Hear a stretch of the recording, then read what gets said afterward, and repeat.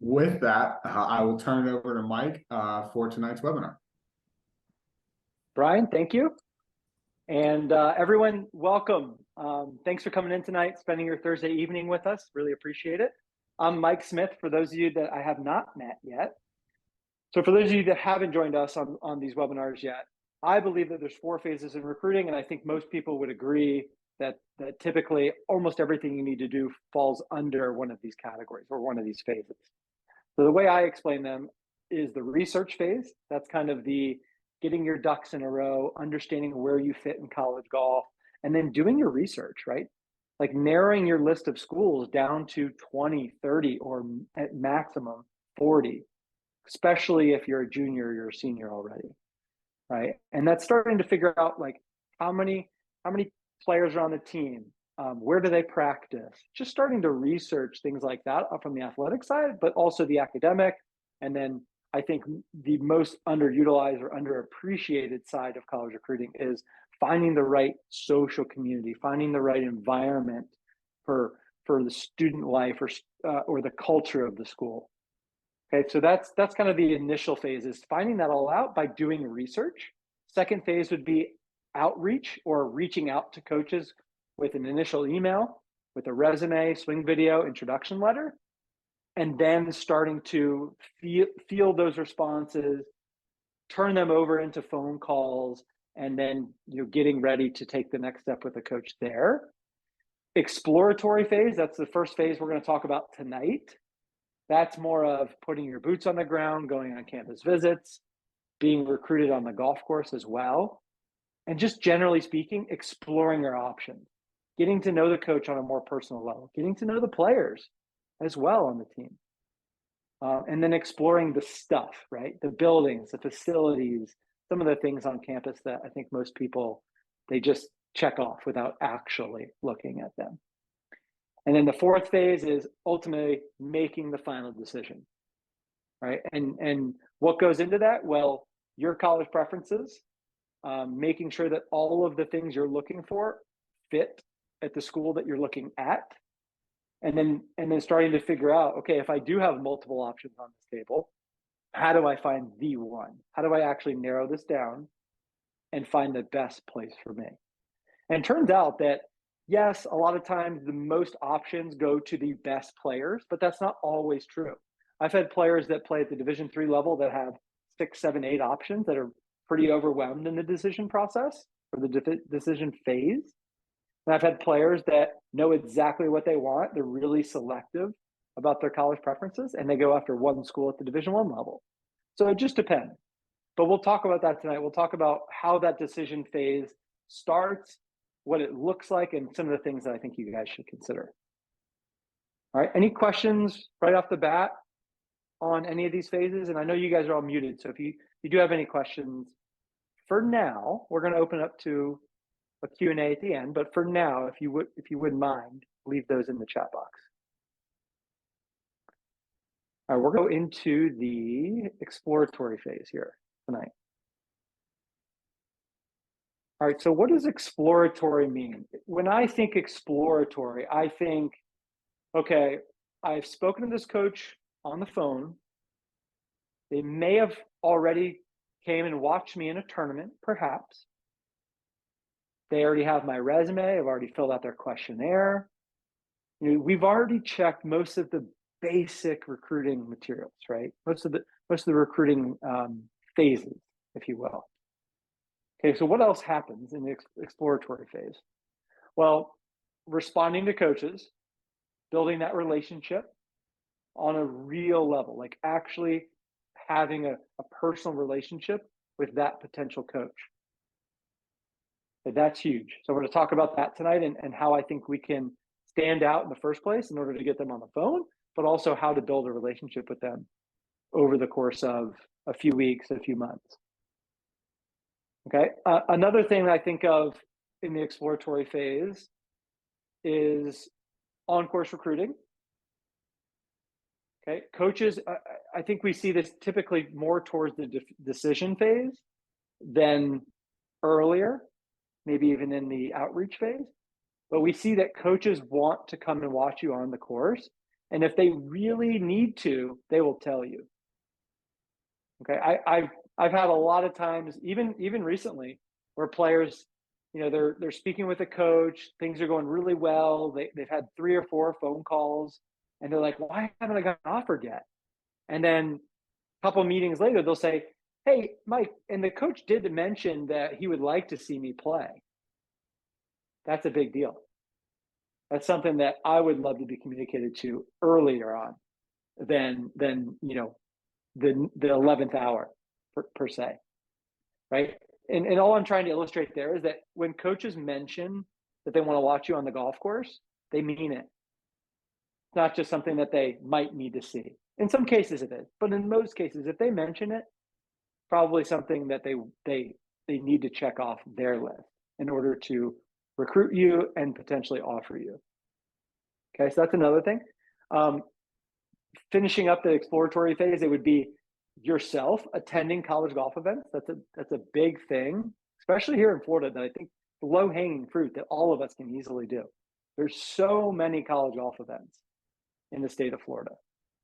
Brian, if there would be a way that we could even kind of focus the attention on what events are in Florida, especially, I know you guys are busy as high school athletes and families as well, but October is a super busy month. And then as we turn the calendar into 2024, February and early March is huge around our area, because this is one of the places that people can actually play, and it's warm enough to play.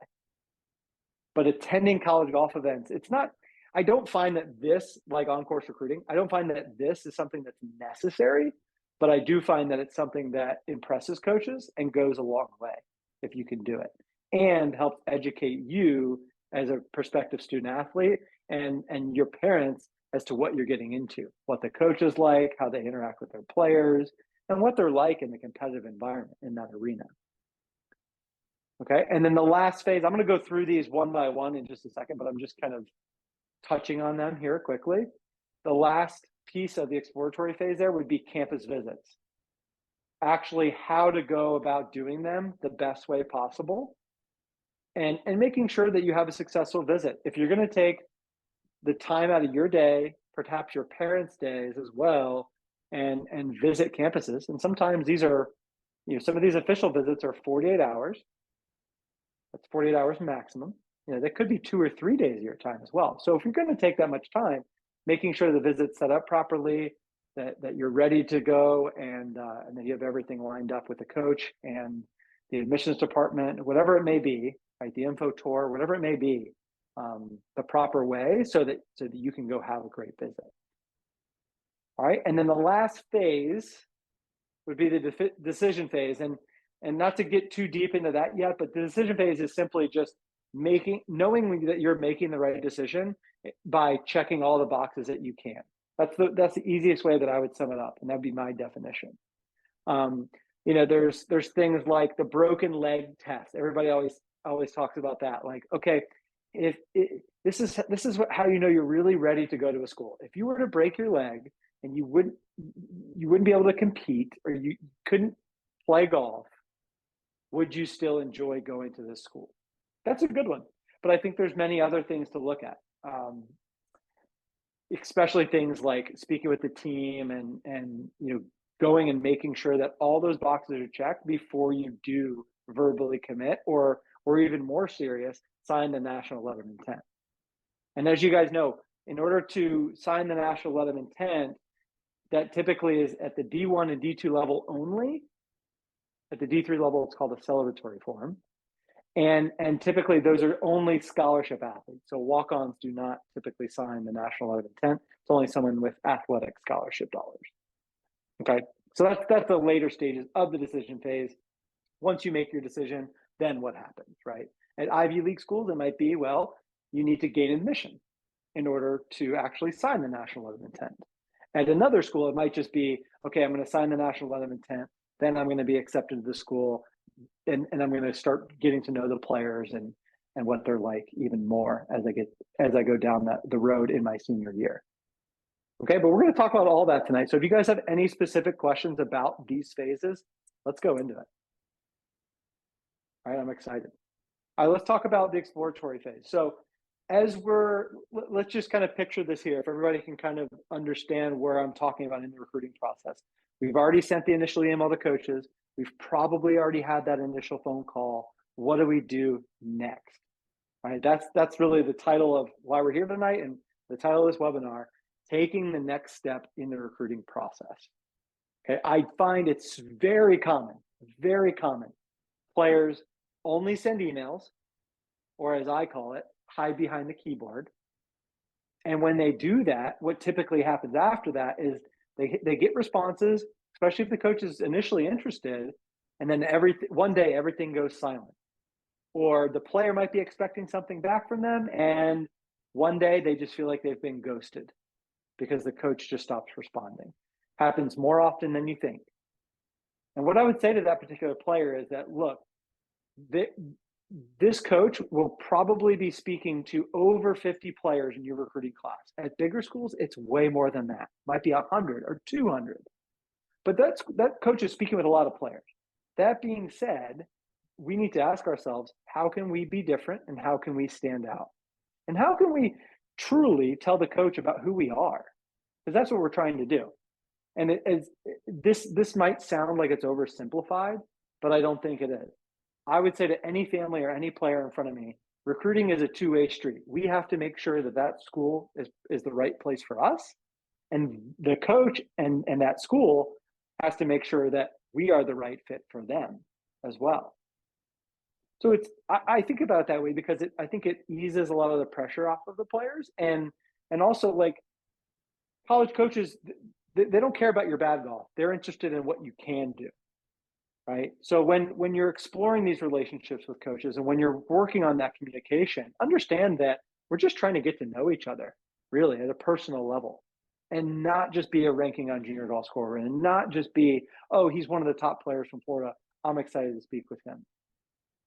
At the end of the day, don't we all want to be a little bit more than just a number, just another player that a coach is interested in? I think most people would say yes to that. Rhetorical question, of course, in this scenario, but I think most people would say yes. And if those people say yes, and we all agree upon that, then the next question needs to be, how can we stand out? How can we get ourselves to really tell our story the proper way and articulate who we are to these coaches? Okay, and this job is not easy. My job at Fort College Golf, I work with about 30 to 35 players at any given time. And those players are typically speaking with anywhere from 15 to 40 schools. That's a lot of communication going on my end, if you think about it. Right? But if we manage it properly, if we're strategic with when we're sending emails, when we're actually calling coaches, just something we can talk about tonight and get more specific about of when to do those things, then we will have a higher chance of success. Right? What is success? That might be, in some cases, that just might be a coach responding. In other cases, it's speaking to a coach, being more specific with them, and coming to terms with if that school is a good fit or not for you. And for those of you guys that are listening out there, I really mean this from the bottom of my heart. I think the worst thing that I've seen happen to a lot of players in the recruiting process is for you to speak to a coach over email and kind of behind the scenes, time and time again, 4, 5, 6, 7 times, and think and really, really believe that school is going to recruit you without reaching out, having a personal conversation, or meeting them in person, or even going on a visit. And then 3, 4, 5 weeks down the road, that coach tells you, hey, we were really interested, but we're moving in a different direction. That, in my opinion, is that the worst thing to happen? No, but the course of 4, 5, 6 weeks that were wasted in order to just get the no or hear from a coach that they are no longer interested is something that we can absolutely avoid. All right, so just a little bit of secret sauce early on here, a little bit of recruiting tactic. What we could do instead is make sure we get on the phone with them early on, make sure we tell them about ourselves and we respect their time. We're doing all the things that we need to be doing, right? Explaining who we are, respecting their time, asking them what the next step would be. but ask two very specific questions. The first is, Coach, what is your recruiting timeline for the class of, let's just say 2025? And when do you plan on making your final decisions? That's the first question that we can be really direct about in this exploratory phase. Coach, what is your recruiting timeline and when do you plan on making your final decisions? Especially as a 2025, that could be pretty open-ended right now. Some of the bigger schools are already starting to pick up those players in 25, but most of the schools, we're talking like outside of the top 50 in Division I and on, coaches are just starting that process. But if a coach has been there longer than a few years, coaches have their tendencies of when they recruit, how they recruit, what types of players they recruit. So these are questions we can be asking. The second question is a really, really powerful one that I want you guys to remember. At the end of a phone call, at the end of an email, at the end of really any communication point with a coach, you can ask, Coach, what should be our next step from here? Or Coach, where should we go from here? Okay, and what that really does is that puts the ball in their court, that allows them to respond and allows them to be honest with you. And I don't know if some players are guarding against that. I don't know if some players don't want to be told no. But the reality of this is that you are going to be told no in life. I try to prepare all of my players for life beyond college golf, not just recruiting, but life beyond that. And I think part of that is being told no and being okay with that. But just the sheer numbers of college golf are that, look, we're gonna try to narrow down. If you work with someone like myself, I'm going to try to narrow down your college preferences to a list of 40 schools or fewer. And then we're going to start that outreach process right away. And when we start that outreach process, it's slow at first, yes, sending emails, responding to emails, engaging on social media a bit, following teams, things like that.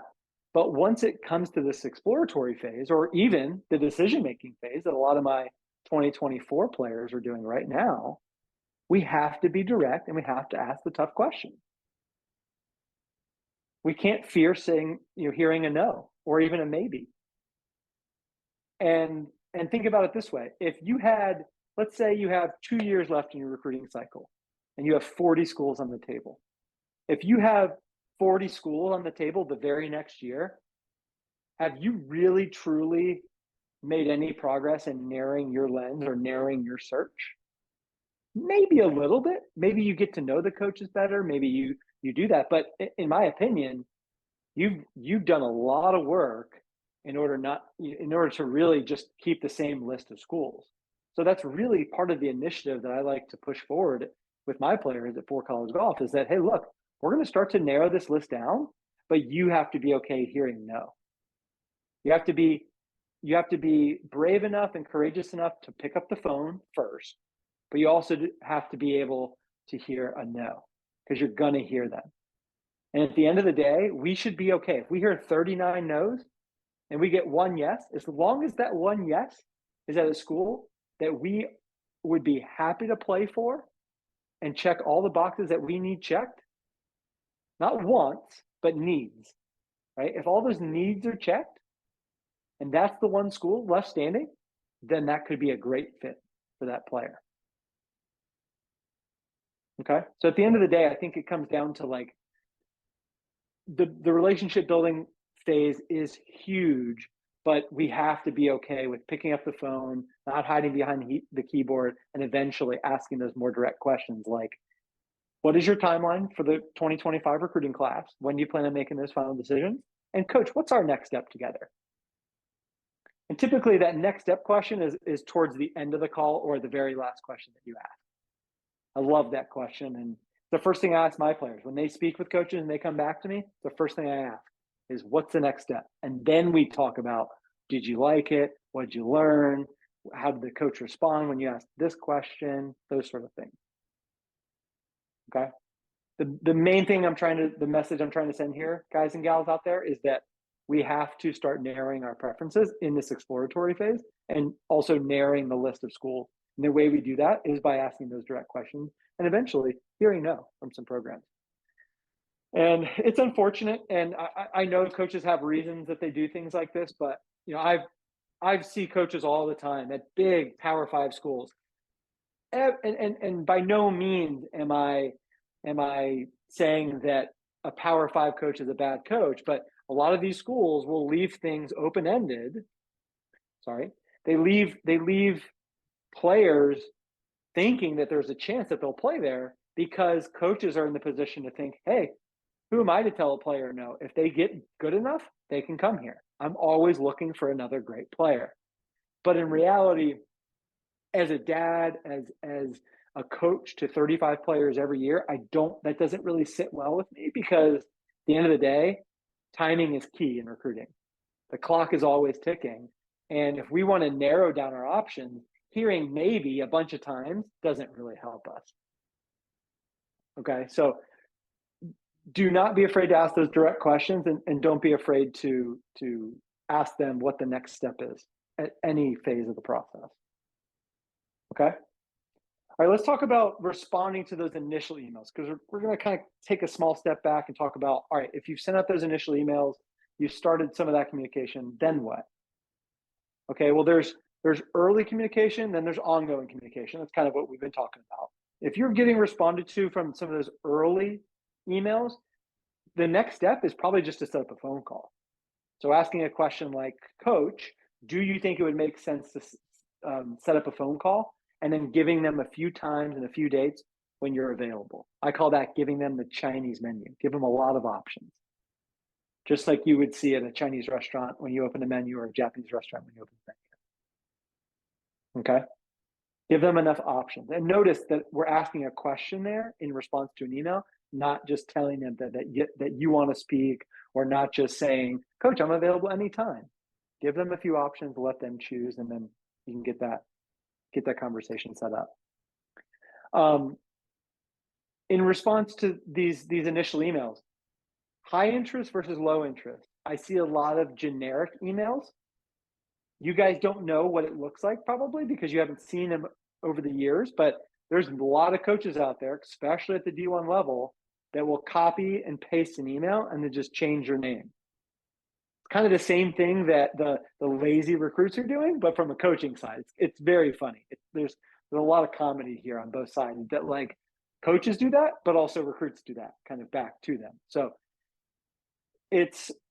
I've already spoken about this on prior webinars and things like that. Obviously, we need to personalize our email first, tell them your story and stand out and be unique. But also, when you get emails back, be able to differentiate between a high interest email and a low interest, just generic email. Typically, the difference is a high interest email will be super personalized. It'll have an actionable next step, and it'll be asking some sort of question for a follow-up. Whereas the generic email is, hey, so-and-so, here's what we believe at Boston College. Here's what I think, or here's what most of our players are shooting. Here's what we really think about recruiting players in the process and how much academics matter to us, right? Please fill out our questionnaire and follow up with us shortly after you do so. That's more of what a generic email or low interest email would sound like. Okay. High athletic versus high academic. I get a lot of players, and this just might be my line of work, so take this for what it is, guys, but I get a lot of players that are very high performers athletically and also very good students.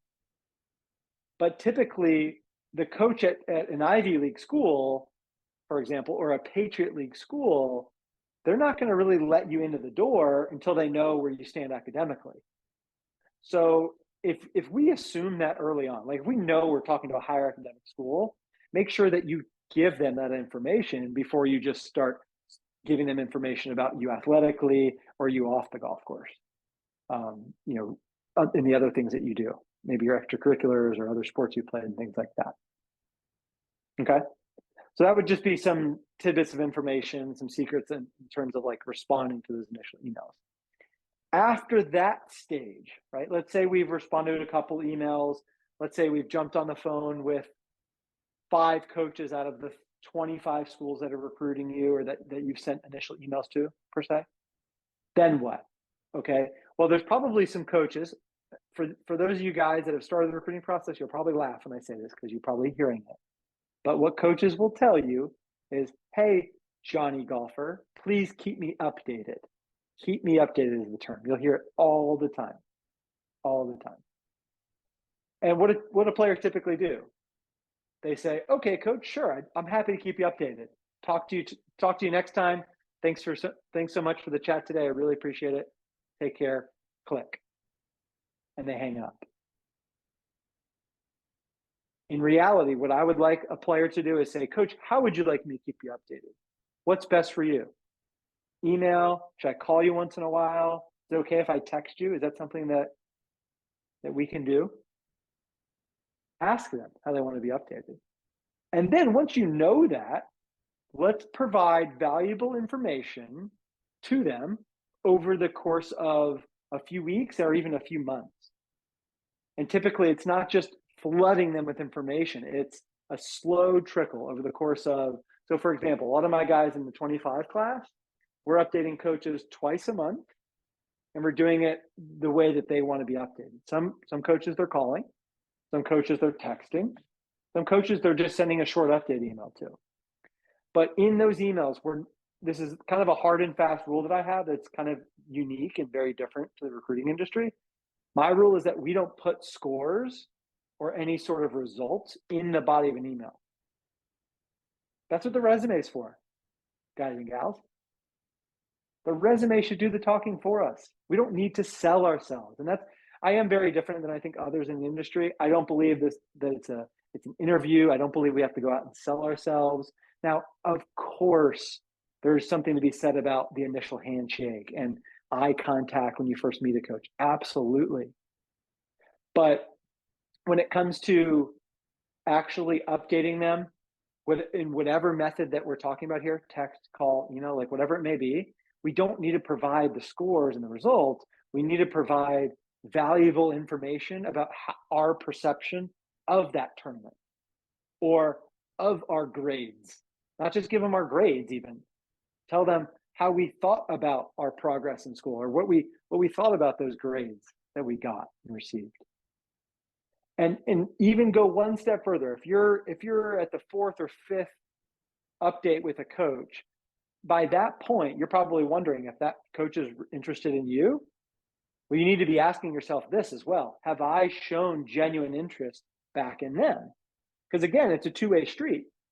If the coach only shows interest in us and we show zero interest in them or their school or their program, should we really expect them to offer us an athletic scholarship offer? Something that they're limited in? Something that they can only provide to certain players that they love? Probably not. There might be some mixed feelings there, but probably not. I mean, and that's my whole point in saying, like, if we're updating them time and time again, and whether you're getting communication back or not, make sure by the end of this exploratory phase that you have shown demonstrated interest back in the coach, the program, and the school itself. And the easiest way to do that is just be specific and be detailed about what you like. Coach, I really like you because it's the silliest worksheet ever, but I've done this for players in the past where they get to a point and they haven't shown that demonstrated that real interest in the school and the coach. I have them write down, Coach, I'm interested, or I like you because, Coach, I'm interested in your program because, and then I'm interested in this university because. And obviously they would never read off something like that during a call, but it's something that it's an exercise I have them do so that they can really think hard about these things and be detailed about these things and prepare to say these things on phone calls and even sometimes on a campus visit. All right. So with these emails, this is just email. Stand out, be unique, do not be afraid to be different. One thing that I think I shared in the past webinar, but I'll share again tonight. When I have my players write emails, even the initial email, the first email, it's a cold email. Coaches have never met us. They don't even know about us. The first email, we write an obstacle that we overcame in our life in the past, and then also how we overcame that obstacle or how we saw success after that. Okay, so that's really unique. That's really vulnerable, I think, for a lot of my players to write about. Is like some players write about really serious things like depression, divorce, and really, really tough things. And I've had other players write about things that like being a late bloomer or playing multiple sports or being in a golf academy environment. You could write about a million different things, but the point is that they're all trying to develop that personal relationship, and they're doing it by being detailed and standing out and being really unique by communicating those type of things to coaches. So tell them about yourself, tell them about your experiences and all of your perceptions of everything around you, right? It might be talking about the technical things that you're doing with your swing coach. It might be telling them about not necessarily the weather at a tournament, but like how the tournament was and some of the obstacles that you had to face. Maybe it was a rain delay. Maybe it was going back out after tripling a hole before a rain delay and how you had to overcome that. Give them your perception of what you experience, and I think it'll go a long, long way. Okay. Ideally, just so you guys know, we want to get away from sending emails and start calling coaches and start developing those personal relationships over the phone so that then we can progress that to taking campus visits and things like that. Okay. When it comes to phone calls, I think we've already talked about building the relationship. We've already kind of talked about how to, asking them how they want to be updated. But when we're on phone calls, we're not as much trying to provide information there. I think a lot of players, especially young players, they get on the phone and they just want to sell themselves. And they just want to make the introduction. And that's fine. But what we really want to do is we want to be prepared with questions so that we can gather information, not just give information on those phone calls. That sounds a little selfish, right? Like, I'm just here to gather information. Obviously, you'd never say something like that, but you would kind of be thinking, I want to ask coach questions about their program and their school that help me understand if this school fits my college preferences. What questions do I need to ask? Maybe it's a question from the academic side, like, how would you characterize the academic culture at so-and-so university? Or do your players find the university challenging academically? Like, any of those questions would apply, but you continuing to ask those questions and gather information on phone calls so that you can continue to take the next step and understand if that school's the right fit for you. Okay. All right. The other, I get asked about these things all the time. Okay. When it comes to on-course recruiting, very simple. Make sure you thank coaches for coming to watch you. Sometimes that's at the beginning of the tournament, or if you're just walking off the range and you see a coach, thank them. A handshake and eye contact go a long way. Okay. If you can have a short, brief conversation with them, even if you're a sophomore and you don't think it's right, or if they're not allowed to, do it anyway. There's no restrictions on you. Say hello, say thanks for coming out, coach, and give them a quick handshake with some good eye contact. Okay. Attending college golf events. I'm sorry. So I actually wanted to modify this one. So we talked about attending college golf events. We talked about how many there are in the state of Florida, especially in February and March. Another one I get asked about a lot are college golf camps. I just want to address this one really quickly. College golf camps, meaning like school sanctioned camps or camps that are run by a third party, like College Golf Experiences or College Golf X. They're all out there now. I would just say, if you're attending a camp, make sure it's not for the opportunity to get recruited, but it's for the opportunity to learn. That's what I would say. That's what I say to most families that ask me. Coaches don't find their players by putting on these camps. It's very, very rare. Does it happen? Sure, it does happen. But the opportunity of you getting recruited from a camp is basically like the opportunity of a player at the high school state championship getting recruited by a Power 5 school. It could happen, but it's typically going to be the better player and a coach visiting just because he wants to watch that player anyway. So when it comes to these college golf camps, like, they are extremely good experiences. You can, if it's a camp that's run by a private administrator, typically they have as many as 10 coaches on the panel, and you can learn different things from each one of those coaches. So if if my son were of age to go to these things, I would probably side with the camps that are bigger, that have more coaches, because you have more opportunities to learn and gather information from when it comes to those college golf experiences or those college golf camps. All right, shifting gears just a little bit back towards the exploratory phase. When we're exploring campus visits as junior golfers, as prospective student athletes, a couple of things we need to know. Official visit means paid by the school. Unofficial visit means paid by us, the player or the family. Okay, that's the only real differentiation there. Official visits have to be done within 48 hours.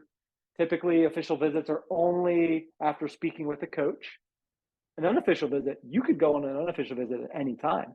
Doesn't matter if you're 6 years old, 16 years old, or if you've spoken with a coach. You can go on an unofficial visit at any time. Okay. One thing you guys need to know is that official visits don't start until August after sophomore year. So June 15th would be that initial contact date after sophomore year, but August 1st is the first date you can actually go on visits. So what's interesting is that we find that a lot of those elite level recruits are committing before even visiting officially. Now, they've probably gone on unofficial visits. I would hope that they've seen the campus, put their boots on the ground, as I say, and toured the school, but it's less common than some might like to think. All right, another thing with visits, I believe that there's a lot of, this is kind of an opinion that I have and some of the secret sauce in a way, but like I believe that there's a lot of uncertainty on the coach's end and a lot of uncertainty on the family's end whenever there's not a clear agenda. And when I say the word agenda, I just mean like a schedule for the visit. So whenever you can, sometimes this is on us, sometimes it's on the coach. In most cases, it's both. We need to ask questions about what the day is going to look like or what that visit's going to look like, and they need to tell us, hey, I want to meet you here. Meet me in my office at 9 a.m. Or once you're finished with the admissions tour or the info tour at noon, let's meet for lunch at the dining hall. Right, whatever that may be. That agenda needs to be specific and it needs to be detailed. And the reason I believe that is because if you're a family and let's say you're going on your first campus visit ever, and that coach doesn't really know you yet, maybe you've spoken on the phone, but he or she hasn't met your parents. It is extremely important that we understand what's going to go on during that given day. Not just where you're meeting and what time, but also how long the visit is expected to last and what the next step is after we meet, right? So very simple. I like my players to reach out to the coach at least a week before the visit, not just a week, typically 2 or 3 weeks before the visit, if possible. I mean, a lot of the coach, just to clarify here, a lot of the coaches right now are super busy because they're in their season. They're in the middle of their college golf season right now in the fall. And if a player is visiting next week, I probably won't have them reach out until about a week prior. But if we're talking like middle of the summer and it's middle of July and you got to visit on the 25th, make sure you're reaching out the first week of July and simply ask them this, Coach, what is our agenda for the campus visit and where should we meet you?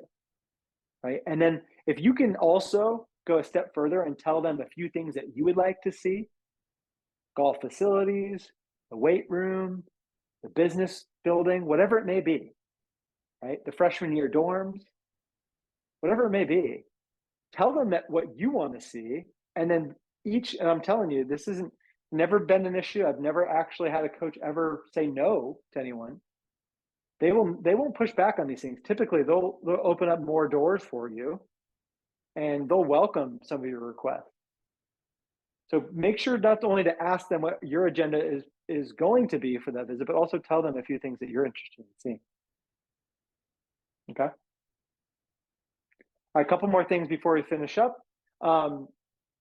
Players, you need to lead the conversation. Parents, please, please, please, on-campus visits especially, unless we're talking about finances, unless we're getting to the nitty-gritty of it and you need to be involved, please do not lead the conversation. Let your player, especially if your player is more of a shy, more reserved individual, that's going to make a coach even more hesitant to add that player to a program if you do all the talking. If your player's shy, then give them the space and the ability to speak for themselves and lead the conversation. That would be my best advice. If you have a player that's like myself, that talks all the time, that has a million things to say, then you can lead the conversation a bit more and ask more questions. But typically, I even like my parents during visits, I like my parents to take a phone call halfway through the visit and walk away from the coach and just let the coach know that you're going to leave your son or daughter with the coach for just a minute or two. Okay. And essentially, I like to say it like this: parents can tag along and you should be involved, but it's really going to be during the financial conversation and some of those, final remarks and finishing the visit. When you're exploring the campus visit, this is some of the nitty gritty that we need to get into tonight. Make sure you meet the players on the team. Especially if they're underclassmen, those are going to be the players that you're going to be spending a lot of time with. If they're upperclassmen, ask them questions because they're the players that have been there for a long time already. So if they're a junior or senior, ask them, hey, what does a typical week of practice look like? What kind of expectations does coach put on you as a player? Do you feel like that's fair or unfair? Right? And then ask questions about if they had to do this, if they got to make their college decision all over again, would they do anything differently? Right? Or ask them how the transition between junior golf and college golf was for them at that particular school. All good things to ask, but make sure that you're asking the players on the team and not just the coach. Okay. And then I always like to say, see the stuff. It's really easy to say, but it means a lot more than just stuff. When I say the stuff, I mean everything besides the coach and the team and the people, right? There's more people than just those, right? There's academic advisors, there's compliance people, there's athletic trainers, there's nutritionists now, there's tons of staff for these college golf teams. But once you meet the people on these campus visits, then I want you to go explore the stuff, the classrooms, the dorms, the dining halls, the golf facilities, the other facilities. I tell my players, it's kind of funny because this was a really popular thing back when I was growing up and books that I always read, and now apparently they're TV shows. But I always say, be like Curious George. Does anyone know Curious George out there? Open up, be super curious, open up as many doors, ask as many questions.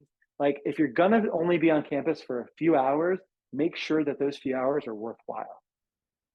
Okay, this is the decision to change and to direct you the rest of your life. This isn't something where, and the reason I really stress this is because my dad and I got in the car my junior year. I was a pretty good player. I was ranked, I think, around 200 in my class. I was looking at some Power 5 schools, also looking at some D1 mid-majors. And by about the fifth college that we visited, in the car on a week or week and a half long road trip in my junior year summer, I was like, Dad, I'm done. I've seen enough classrooms. I've seen enough dining halls. I'm not getting out of the car. And luckily, we didn't visit the school I ended up going to, James Madison, on that trip. But luckily, I wasn't stubborn. I listened to him. He said, nope, you're getting out of the car. We're going to go put our boots on the ground. We're going to go check these out no matter what. Even if it was the 8th school in the SEC that we visited, right? Or whatever it was. And I'm glad I did so because it helped me get a better feeling for the stuff, but also the student life, the culture, and really an understanding of what I want. Even if I found out what I wanted by visiting schools that I didn't like. That's a really important piece there. People always think that they visit schools and if they don't like it, it was a waste of their time. I couldn't disagree more. If you visit a school, it's always, especially for a 15, 16, 17-year-old, you're always going to be learning. Unless you have 5 or 6 older brothers and sisters and you've already visited 100 schools. That could be the exception of the rule. But in most cases, if you're someone that hasn't visited college campuses, you will greatly benefit from seeing campuses and visiting schools and getting to know the people, but also the stuff. And then don't forget, I think this is a really nice touch, something I have all my guys do. I even have stationery that I give guys to do this with. Write a handwritten thank you note after each campus visit and just say thank you. All right, real quick, we'll go through the decision phase. In the decision phase, this is typically, now let's think about this. We have a few schools interested. Maybe, as you know, the best player I've ever had probably had 12 offers. It was pretty overwhelming. A lot of conversations, a lot of offers, and it was really early on in the recruiting timeline, like right, literally on June 15th, they were calling. So every player is different. And then I had players, like I spoke to a player today in the Northeast that has one option. He has one place to go and he needs to make sure it's the right place for him. Now, those are both ends of the spectrum. I'm kind of talking about the guys in the middle. You got a few options, got a few coaches interested. It may even be over multiple divisions, perhaps. What I believe is really important to do is, it's not on this slide right here, but first, show that you're interested. Show that demonstrated interest by being super detailed. Do not forget that. Once you've done that, though, then I want you to tell the other coaches where you're at in your process. Coach, I'm starting to narrow down my options in recruiting.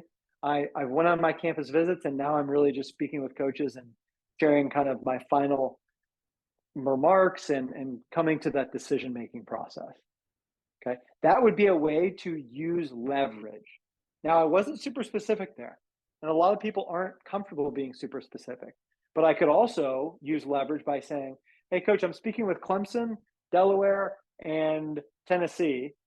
I really like all of those schools, and they've shown genuine interest back in me.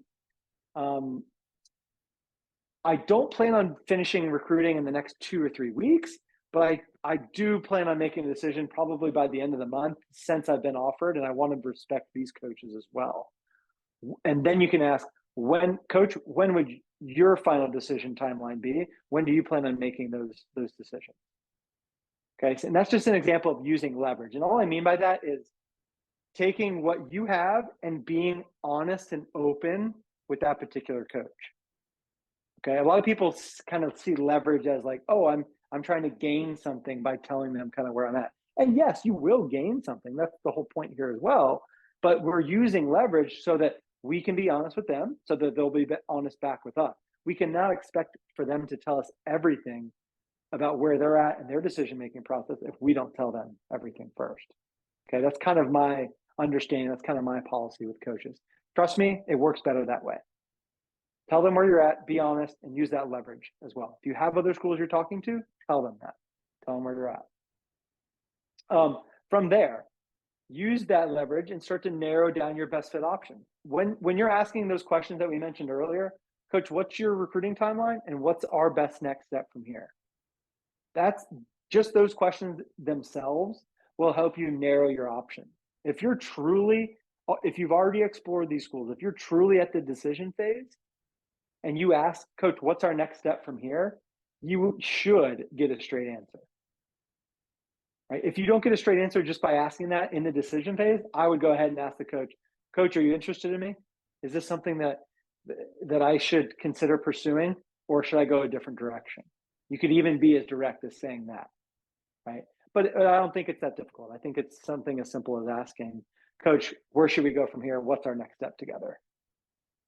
Okay, but be direct if you have to. And then you can always negotiate scholarships. Remember that most scholarships are one-year deals, but Power 5 schools and other schools now in Division I have the opportunity to write multi-year scholarships, even 4-year scholarships. I've seen coaches give players 0% freshman year, 0% sophomore year, and then 100 junior year, 100 senior year. That's a way to incentivize a player not to turn professional or leave the school, but also give them a 50% scholarship for 4 years, essentially. Right? I know it's a little bit different. Parents out there financially, you're going to have to front that money up front. It's a little bit different, but it does help to understand that you can sign 1-year scholarship deals, or you can also request multi-year scholarship deals if you think it would benefit you as a student athlete or your son or daughter. Division III schools sign what's called a celebratory form. There is no athletic scholarship at Division III school. There's only academic scholarship and other scholarships like merit aid and things like that. When it comes to the financial conversation, I really stress this big time. Parents, you guys are very intelligent, very smart people, but for some reason, in America, we don't understand the difference, or a lot of us don't understand the difference between sticker price and net price. And what I've realized is a lot of these public schools, the net price and the sticker price isn't that different. But at private schools, the sticker prices are super high and they give a lot of scholarship in order to be competitive with the public schools. Okay, so when you're looking at sticker price, don't get shocked by the price of Georgetown or William and Mary or Franklin and Marshall or Rollins College here in Orlando. Right? Sticker price is not net price. I actually was speaking with someone at Rollins about one of my players looking at the Rollins golf team, and with a little bit of academic scholarship, with a little bit of athletic scholarship, 5 or 10,000, we got a school that costs about 85,000 all in, down to about 20,000. Okay, and that's not with like a 50% scholarship. That was like 10 or 15% scholarship. But this player has really good grades, and he has really good standardized test scores, and they did an academic pre-read, it's called, basically special treatment for a student athlete. And they basically told him what he would get academically and that he would get in as well, which is not a guarantee. It's just a rough estimate, but it's usually pretty accurate for the most part. Okay, so always consider net price versus sticker price, and especially at private schools. And then final decision and verbal commitment. When it comes to your final decision, like I said earlier, I think the broken leg test is very helpful. Will you like this school if you cannot play golf? Especially the males I work with, they're really golf focused. They just want to go somewhere. I had a player just the other day tell me that he's interested in the school mainly because of the TrackMan, which I then laughed at shortly after. But it's true. Like, we can't just be interested in the stuff. I really, really want to stress that the social side, the culture, the people. If I looked at all the players I worked with, 150 or so players I've worked with over the last 10 years, and told you the ones that were the most successful and they were most committed to their final decision, would be the ones that took extra time to make their decision, checked all the boxes, and also were really interested in learning about the people and the culture and the community that they were getting into, not just the bells and the whistles and the stuff of what was there. Okay? Because trust me, the stuff gets old if you don't really truly like and enjoy the environment and the people and the culture that you're in. Okay? So making that final decision it's one of the biggest things that you guys will do in your life, other than picking the person that you want to marry and picking your occupation later in life. This is a huge decision. So make sure it's calculated, make sure it's not rushed, and make sure it's something that you're committed to, literally committed to. And then when you're ready to make that verbal commitment, it's very simple. A lot of guys overthink this too. Call the coach, tell them that you're ready to commit, tell them thank you for everything that they've done, and that you couldn't be more excited to be a part of their program. And then to ask them, coach, what's our next step from here? It always applies, even to schools that you're committing to. And then make sure before you make your public announcement, if you do, on Instagram or whatever it may be, before you make that public announcement, make sure that you call all the other coaches that were recruiting you. That at least call the ones that took the time to see you play, or call you back, or even email you back. Call those coaches and thank them, and then tell them that you look forward to seeing them down the road and wish them the best of luck as well. Before you make that public announcement, then you can make it public, and then eventually sign the national letter of intent.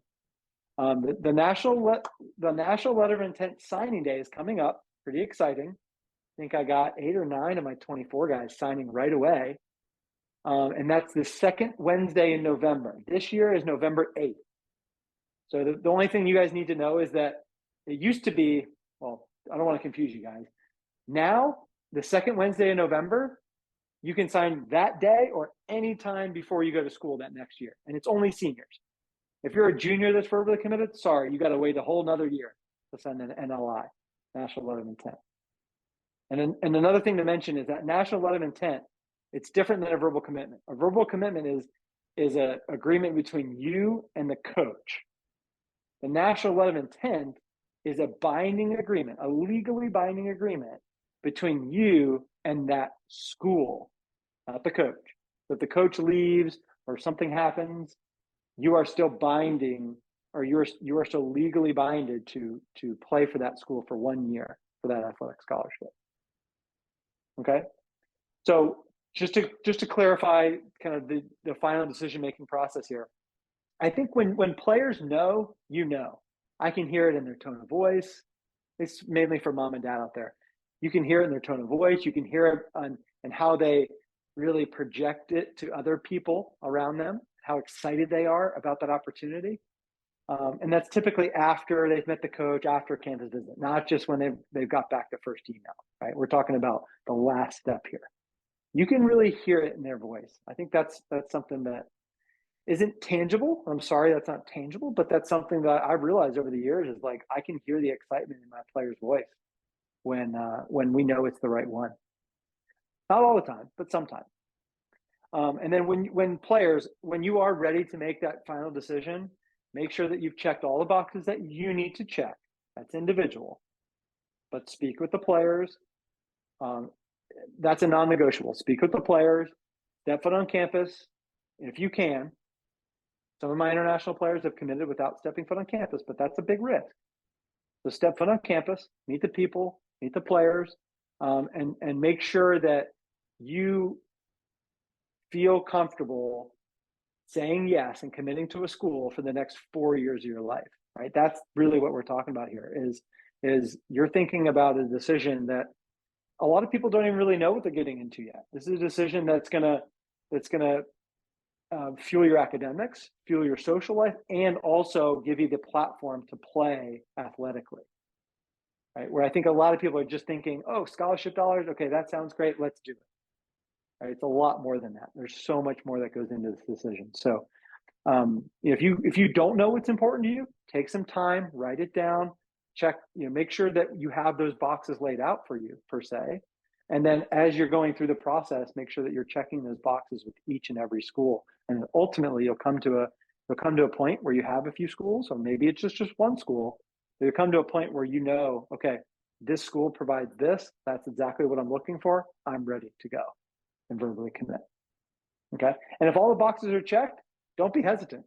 I've also had those type players. I've had players that are really quick to commit, almost too quick. And I've had players that have all their boxes checked and still have their feet stuck in the sand because they're just not sure. They don't like change. They're not sure about the next step. They don't know if it's a perfect fit. And this is what I say to those players. There's no such thing as a perfect fit, but we have found your best fit. Now tell me why you want to go after it. And then usually by the time we're done having that discussion, they're ready to go.